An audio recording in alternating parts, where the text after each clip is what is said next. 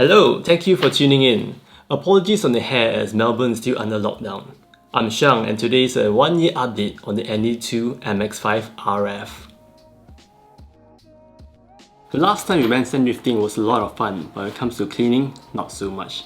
So if you decide to do so, be sure to make the most out of it because a lot of washing will be required. After 5,000 kilometers and its first servicing, things have run in and opened up. For one, exhaust is now louder. More could be heard in the cabin, but as a whole, it is quite muffled. And on the topic of opening up, the gearbox stirs nicer than ever. What have I learned after a year of driving a manual MX5 RF? This is the first time I'm owning a Japanese car, but I don't find myself in a worse place to be because the materials used are rather good. Secondly, you tend to not get the full MX5 experience if the roof stays on. Having done 3,000 kilometers in any manual car, I would say you have done your deeds to the manual gods. As a whole, it is a lot of fun, and let's start off with what's not so good. Opening and closing doors doesn't sound like quality. Here's for comparison: the Alpha and the MX5. What would be nice is to be able to open or close the roof with the key, like a 911 Targa. But unlike a 911 Targa, the moving of metal and glass can be done up and down, although at a crawl. One thing that particularly annoys me is the contact on the left calf as a driver. If you're a passenger, it will be on your right. A minor dead spot can be felt in the steering wheel, most noticeable on highway drives.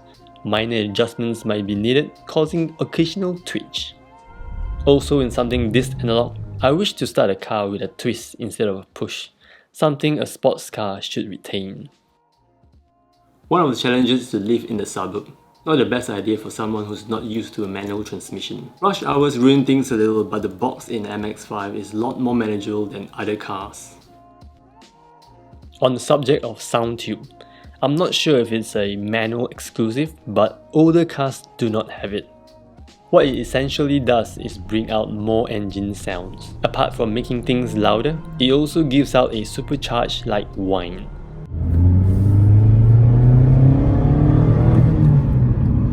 I'm sitting on the fence on this one since 4-cylinder aren't the nicest sounding engines.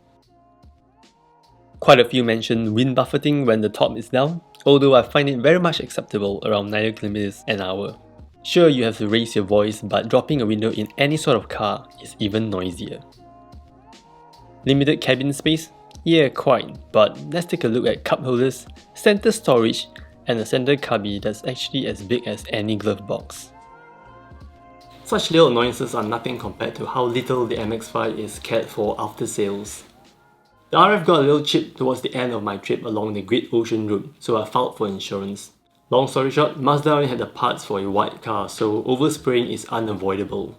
In the end, they carefully replaced the windscreen so the parts they do not have can be reused, which resulted in falling bits. So the cure to that was to glue everything in place, and my car has since smelled like adhesive.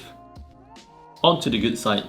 The bespoke engine at ND2 is a true novelty, as parts of a car are often shared across the range to keep costs low. As a plus point, the roof doesn't eat into the boot space when the top comes off. The ND2 is the only Mazda without auto start-stop. Walkaway auto locking is a neat feature which I think all car manufacturers should have. As mentioned in the last video, it continues to be a coupe that people don't hate you for, and MX5 is a conversation starter, and several friends are made because of this car. Even owning one myself, it still gets me staring whenever I see another MX5 in motion. People often criticize the MX5 to be impractical, but honestly, how often do we move masses of things around? When it comes to items like furniture, moving services will be required anyway, as they are now readily available and competitively priced. Some more would be nice, but I never really needed more boot space for every getaway when I pack effectively. When the night sets, you've got bright lights installed in your MX5. Individual LEDs shut to not blind other road users. Though they are called adaptive, they do not swivel. SUV seems to be the cure to everything these days, but the MX5 has gone to unpaved, seriously bad roads, sand, and nothing really seems to stop it. Certainly not off-roading into the woods, I wouldn't do that in a can either, but every sightseeing spot that SUV owners go to, the MX-5 did it, although a little slower. It is quite an achievement for MX-5 to be the best-selling roadster for the last 30 years, but the bigger question is, would it be around for the next 30?